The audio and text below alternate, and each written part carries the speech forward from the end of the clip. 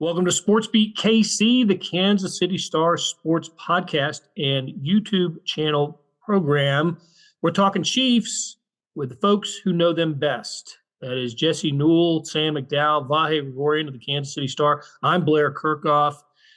And guys, we know an opponent. It took a while for that to happen, but the Chiefs are going to play the Houston Texans in the divisional round on Saturday at 3:30. We all kind of guessed this spot, didn't we? That when as the results were unfolding over the weekend, we kind of thought that the Chiefs might be the first game on Saturday, and here they are. So it's the first of the 4 divisional round games, and the Chiefs are going for their 7th straight divisional round victory. They've won 6 in a row in the Patrick Mahomes era. Put that into a little perspective.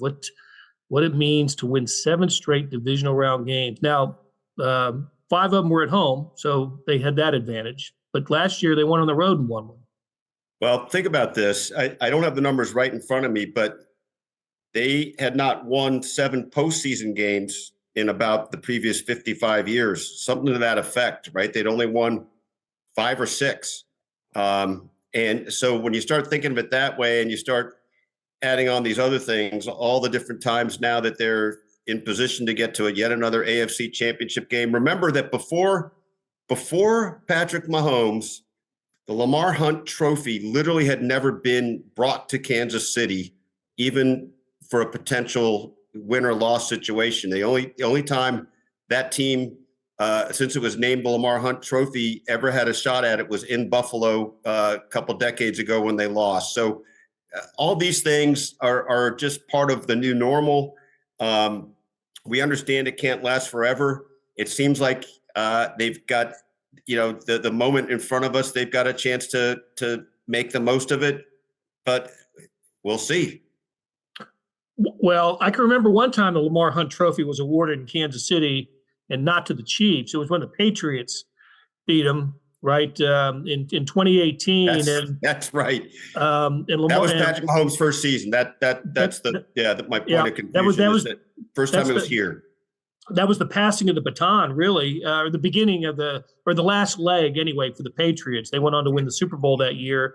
Chiefs won it the next year, but I remember one quick thing you're reminding me of. Sorry, it's just that by then. I don't know if Bill Belichick did it that day, but there were a whole bunch of videos of him like getting handed the trophy and just throwing it aside. Meanwhile, it was the holy grail to the Chiefs because they'd never seen it. Sorry to interrupt, Blair. No, that's exactly what I was going to say. That it seemed to mean nothing to Belichick, and here they were awarding it in Lamar Hunt Stadium, basically, and I just thought that was a little bit insulting. But ever since then, just one time handed the not to the Chiefs since then, right? The Bengals won it in 2021, and they were pretty happy campers that day, that's for sure. But so they play the Houston Texans, and Texans, I thought, were pretty darn impressive on Saturday against the Los Angeles Chargers. That was 32-12, I guess, is what the final score ended up being. I thought the Chargers were in pretty good shape early in that game, led 6-0, and took a rally at the end of the first half for the Texans to get the lead at the break, and then they just dominated the second half. But these are teams that met. Chiefs and Texans met in week, I want to say 16. Do I have my weeks right? 15 or is it 16? Chiefs won 27-19 at Arrowhead in a game that was the last of the games this year that the Chiefs won by 1 score. Made it 11, tied the NFL record for 1-score victories. But I didn't get a sense after that game that it was that close, and I thought the Chiefs played extremely well. Sam, what do you remember about that day? Hollywood Brown. That's the first day that this Chiefs offense started to look a lot different, was when they integrated Hollywood Brown, and I think a lot of us anticipated that he was going to be a key factor into the season when we saw him in training camp, because he had a terrific training camp, really second in their wide receiver room only to Rashee Rice as far as the way I thought the receivers would impact the offense. And then he got hurt and missed 3 months. And even those of us who did think that Hollywood Brown would be terrific for the Chiefs this season, you still had to have some doubt considering he hadn't played an NFL game in like 10 months by the time he was on the field against the Texans. And his transition to playing, even though he played fewer snaps, was seamless. And the snaps that he was on the field for, it got even better the week later against Pittsburgh. Even if his stats didn't get better, I thought the Chiefs' production off of him being on the field got a lot better. So to me, that was the biggest difference. I'm sure Houston has one very, very specific memory, which was Tank Dell going down. That was, quite clearly had an adverse effect on the game, and then also the players themselves who had witnessed it and who were on the field for it. We know CJ Stroud is best friends with Tank Dell, and their offense wasn't great for the rest of the regular season. So I think these two teams remember different wide receivers from the game, but those for sure I think were the two standouts for all of us. How about you, Jesse? What was your takeaway from that? Yeah, I mean, I think Sam hit on both of them. We can talk about it being a game that the Chiefs seemed to dominate late and kind of a different feeling from the Chiefs that they beat a team and kind of dominated them late. But to Sam's point, I think if you're a Texans fan looking at this, you say, well, there were two games in this game. There was a game before Tank Dell went down and before CJ Stroud started crying on the field, and a game after that. And really, the Texans offense did nothing after that point. And so, look, I mean, let's get to the reality of the situation for the Chiefs. Other than a few upsets happening and the Chiefs somehow not facing the Bills or the Ravens potentially in the AFC Championship game, this is about as good as they could hope for. I mean, I think they'd rather face the Texans than the Chargers. They're comfortable favorites in this game, 8.5 points, whatever that is. It does not mean in a one-game sample they can't lose. It doesn't mean the Texans can't continue this momentum on the next week. But, as far as the Chiefs are concerned, them getting the Texans here and then getting either the Bills or Ravens in the AFC Championship game at home after a bye week, this plays out about as well as they could have hoped. I mean, they could have hoped for maybe one glimmer of another scenario that would have been, Broncos, then Texans to get to the Super Bowl. But this is pretty good. This is pretty good for them. And it doesn't mean they can't lose. It doesn't mean that's not going to be a tough game. It just means going into the game, this is about as good as they could have hoped. And there's definitely some reason for optimism with the way they played the Texans the last time out here a few weeks ago. Yeah, I was thinking Steelers would have been the one. But they ended up doing what the Steelers have been doing for the last month, and that's rolling over to the Ravens. So I'm with you, Jesse. I thought going in that while I was watching the Chargers and Texans game unfold, that I'm thinking, man, I hope Houston can rally here and somehow get by. But the way when it was all over, the way Houston had played, especially on defense, I thought they were terrific on defense. What Justin Herbert with 3 interceptions during the regular season, he had 4 in the game in the playoff game, and they got Anderson and Hunter got pressure. I thought that the Houston played some great defense, and of course, D'Amico Ryans after the game was, talked about that was, that's the way they've got to play to win, and I think they're going to bring a pretty salty defense up to Kansas City. I don't know, Sam. What I know that you wrote about the best possible path for the Chiefs. Is this the best possible path? Yeah, I mean, I'd say realistic best possible path. I mean, the best possible path would, of course, have the Ravens and Bills losing in the first round. But Right. yeah, I mean, of the realistic options, you're right, Blair. And the Texans have a terrific defense, but it's the only way they've won games this year. I mean, they're 31st in offense in DVOA this year. Like, their offense has not been good because they have the absolute worst offensive line in the league. And so that's a spot where we saw the Chiefs finally generate some pressure, I think, in the second half against the Texans. But the reason the Texans moved the ball for 2.5 quarters against the Chiefs is the Chiefs did not exploit a really bad offensive line that, remember, got further hurt in that game where they dropped 2 starters in that game. Those starters were already backups in the game.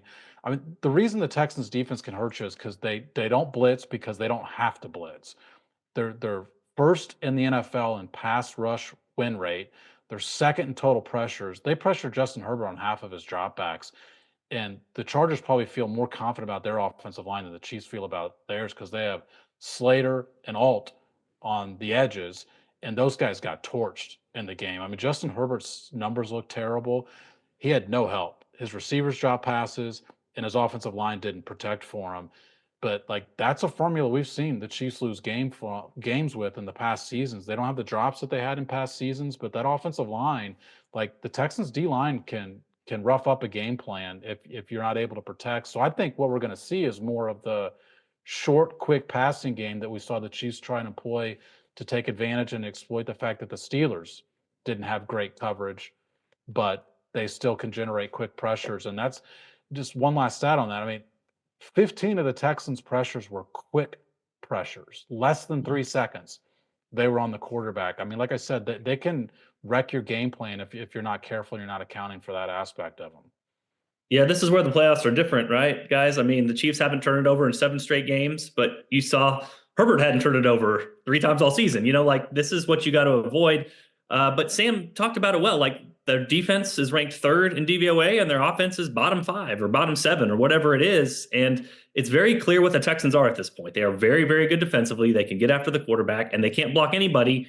And they're going to throw it up and hope that Nico Collins comes down with a long ball. Now, if we're talking, person to person here, realistically, like, the Chiefs have had some issues with that sometimes this year. Teams chucking up a deep ball, going up over a cornerback and getting one. And they had some problems covering Nico Collins for a little bit of that game as well. So, listen, we can see a path both ways here. Like, you could see the Chiefs having a turnover or two that they haven't had recently. You could see Nico Collins getting a couple big plays and turning them into something. But, like, at the end of the day, the Chiefs are the better team, and they're the better team at home, and they're a rested team, and they have Hollywood Brown, as we saw in this previous matchup, that makes their offense so much more dangerous, even against a really good defense. I want to mention the fact, too, when we talk about the pass rush, Sam mentioned it. The Chiefs have to get after C.J. Stroud. I mean, it's just like a non-negotiable. Didn't really do that in the first matchup, but we also have seen George Karlaftis come on, along with some other guys, with Charles Omenihu coming back here late in the season, especially against the Steelers and against the Browns. That Texans game was kind of the one they didn't do as well. But if they can kind of come back to their performances that they've had over the last month or so, I think you're a little bit more optimistic about the Chiefs' chances.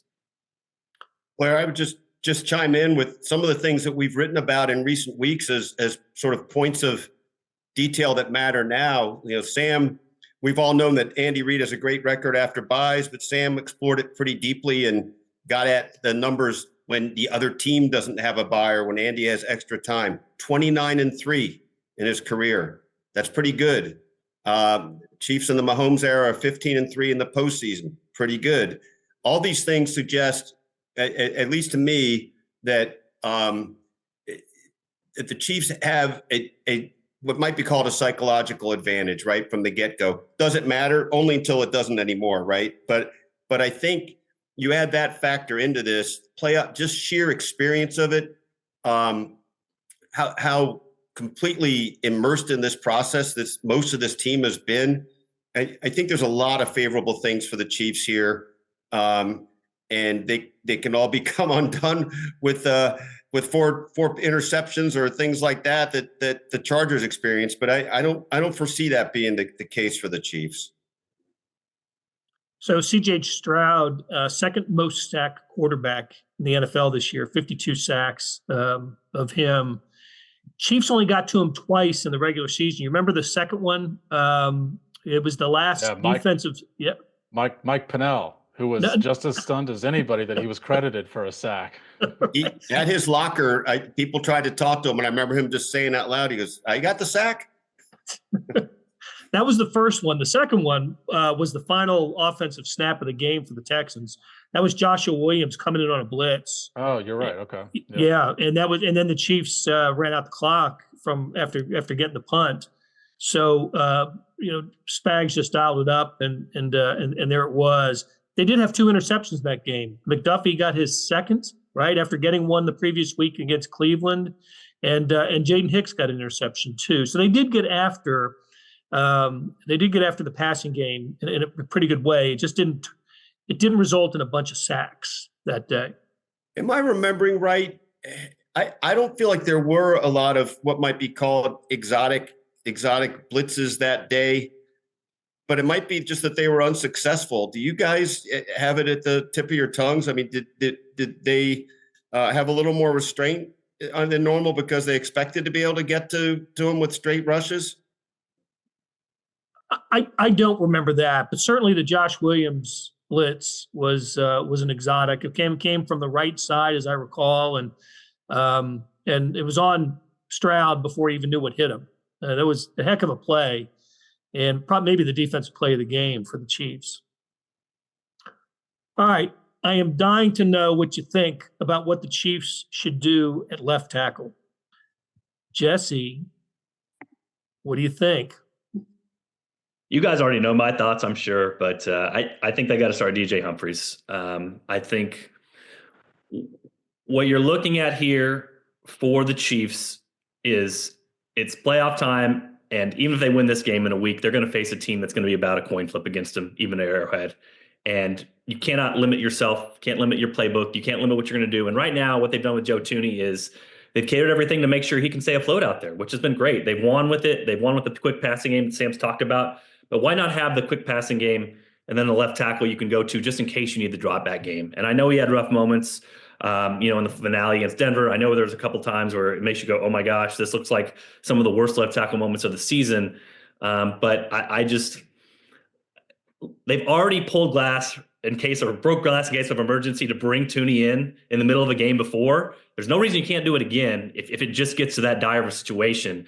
But I think their upside right now when it comes to the run game, being able to have those three interior guys together, when it comes to the drop back pass game, just in case you fall behind 10-0 and you have to go to 5-step drops or 7-step drops and you can't play in the game script that you were planning on, I think your best chance is with a real left tackle. So I'm interested to hear what these guys say, but Andy Reid's not revealing his hand, and I doubt he reveals his hand before Saturday's game. But I think the Chiefs have to go back to DJ Humphries because it makes their interior better, it makes their run game better, it makes their upside better. And at the end of the season, what you're trying to do when you're trying to win a Super Bowl is make your ceiling the highest it can be. And right now, I think that's with DJ Humphries. Sam? I think they both have significant risks. I think with the Joe Thuney option at left tackle, there's at least some evidence of reward. I don't think that we've seen the evidence of reward with DJ Humphries at left tackle. I do think that every piece of that Broncos game needs to be put in the proper context, whether it's, we're analyzing that Najee Johnson had a rough day. Well, the Chiefs blitzed twice the entire day. Like, their pass rush was not getting home. So if most cornerbacks are going to have a rough day in the situation that he was put in, or whether it's DJ Humphries, I think they didn't help him at all. And look, I understand that. Like, if you want to analyze and grade a player and evaluate whether or not he's playoff ready, you're not going to get the same evaluation if you just bring help to his side all day long with running back help, with tight end chips. Like, you're not going to get the same sort of deep evaluation. So his performance needs to be put into that context.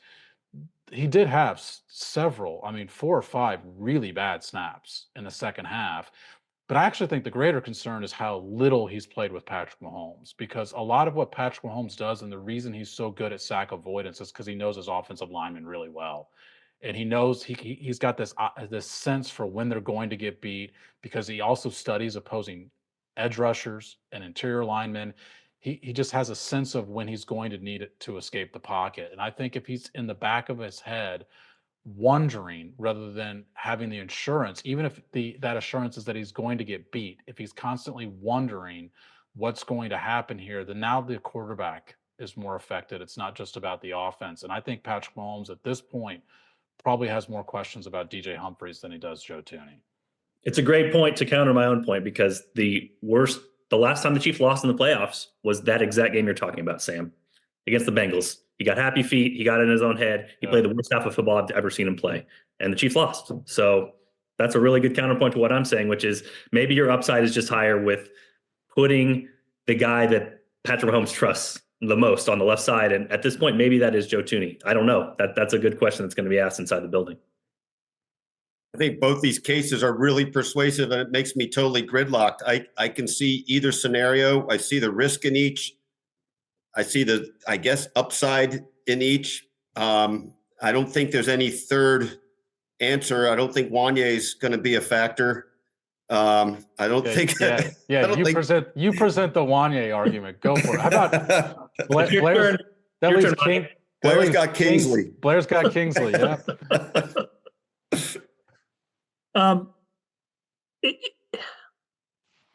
I think Humphries is going to be the guy. I don't know whether he should be, but I think he's going to be. Another thing I remember about the regular season victory over the Texans is the Chiefs ran the ball well. Kareem Hunt had a nice game. He had a 20-yard run. I think he finished with like 55 rushing yards. And then he actually went down at the end of the game, right? I think he could have scored, but he slid.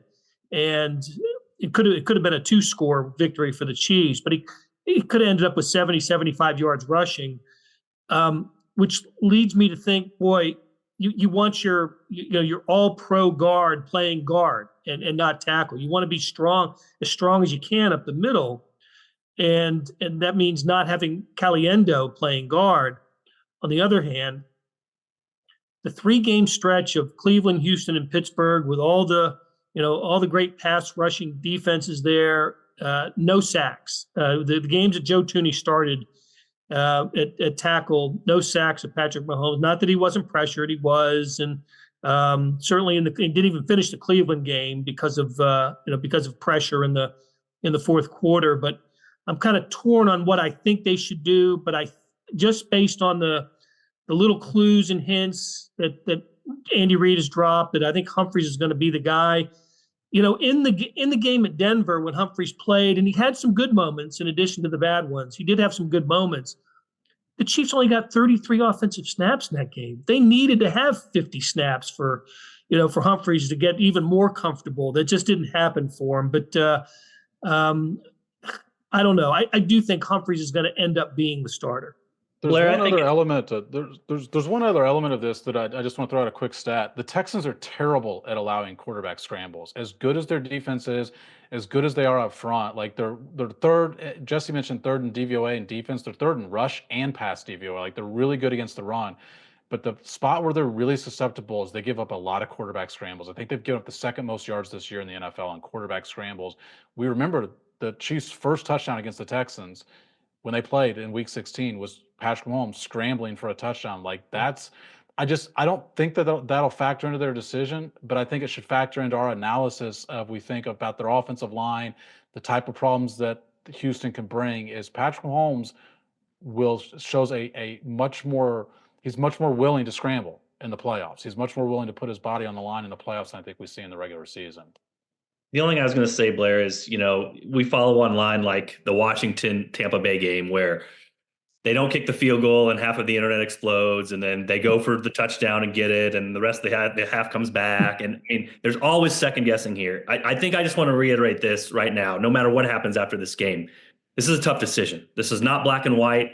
I don't think the Chiefs are idiots for either way they decide. This is a real 50-50 one, and I can see the upside and the benefit. It reminds me of like, if you're at the blackjack table and trying to make sure you memorize the best outcome, or the best chance at a good result, even though you don't know the card that's coming. You know what I mean? So I guess I just want to reiterate right now, like, no matter what happens after this Chiefs game, they're not idiots if it didn't work out, and they're not geniuses if it did. They just got to do what they think is best for the long term. And this really is, as Vahe spoke to, this one's right on the fence. Like, I can see both sides of the argument here. And so, I guess better first guessing than second guessing. Even the first guessing is really hard to distinguish like what they should do in this particular scenario. And none of them are great options. I mean, that's why it's a tough decision. Is neither of these two options are great options. Are we going to know? Not the ones they prefer, obviously. Not the ones that they wanted to get to this point with. Are we going to know before the game who it's going to be? Friday, maybe. Saturday morning, Friday at midnight, whatever it is. I think that's probably about. I don't see Andy Reid tipping his hand on this one. It's a lot different. I mean, look, your game plan as a defensive line is a lot different. We know what Chris Jones does to opposing offensive lines, the way he picks and chooses where he's going to play. Right. He's helped. I mean, the Texans have some dudes who can get after the pass rusher, and I'm sure, Will Anderson and Danielle Hunter are probably fighting for who's going to take left tackle if it's DJ Humphries out there. Well, not to mention the game plan. Sam, you talked about it. Like, if it's Joe Thuney, there's going to be chips. There's going to be tight ends on that side. There's going to be RPOs. There's going to be quick passing game.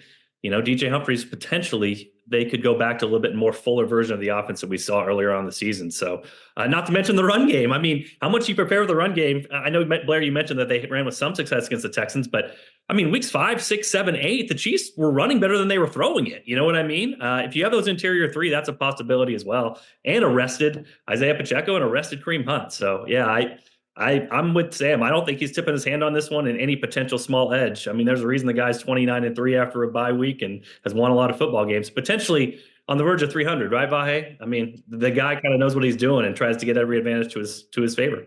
Yeah, he's sitting right at 299, and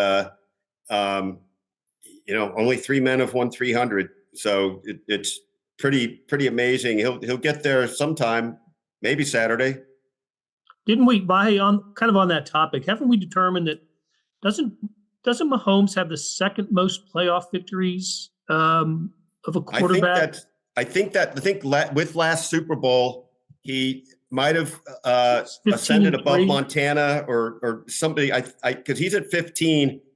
I think there were a clump of incredibly historic figures that were in that 11 to 14 range. I can't swear that number put him over, but I believe that's right.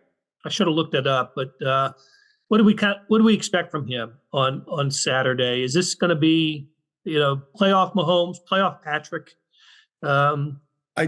Just FYI, Montana's at 16. Patrick Mahomes is third at 15. Tom Brady's got 35. Thanks. There you go. Thanks. Okay, yeah, 35. There it is. That's ridiculous. 35. Unbelievable. That is. I guess I would just say I think we all expect this, right? We know he has a way of rising to the occasion, right? When the game's on the line, when the games matter most. Jesse alluded to it earlier. I mean, I think there's been some halves that he'd like back in the postseason, but really only one where it was, him at his worst.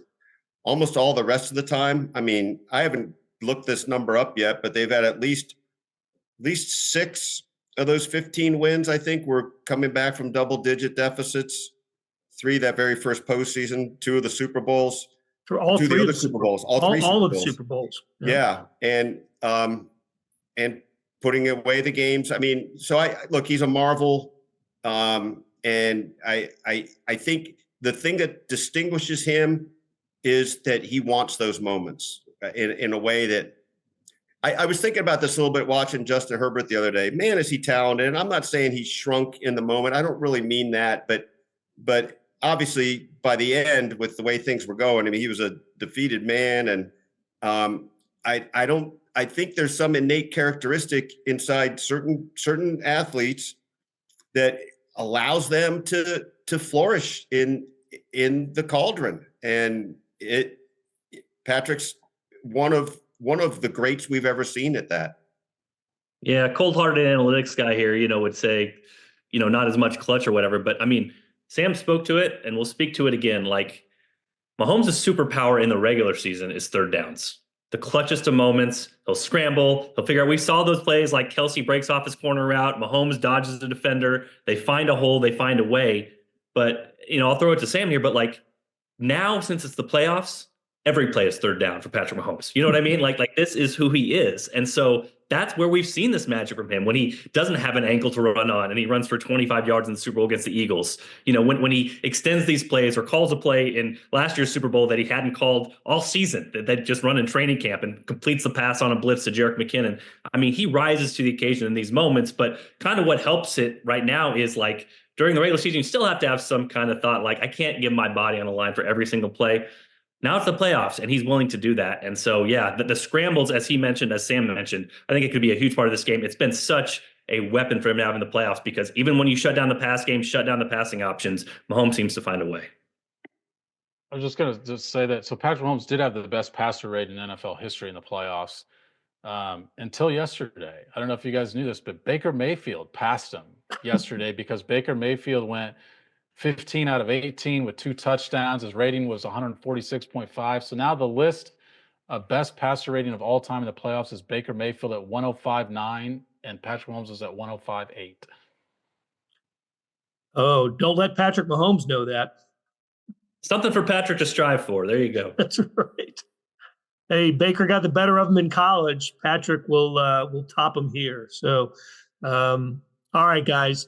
Great conversation as always. Big thanks to Randy Mason and Monty Davis for producing SportsBeat KC, and big thanks also to Jesse, Sam, and Vahe. We'll do it again, I believe, next week, maybe one way or the other. Win or lose, we'll be back talking Chiefs next week on SportsBeat KC.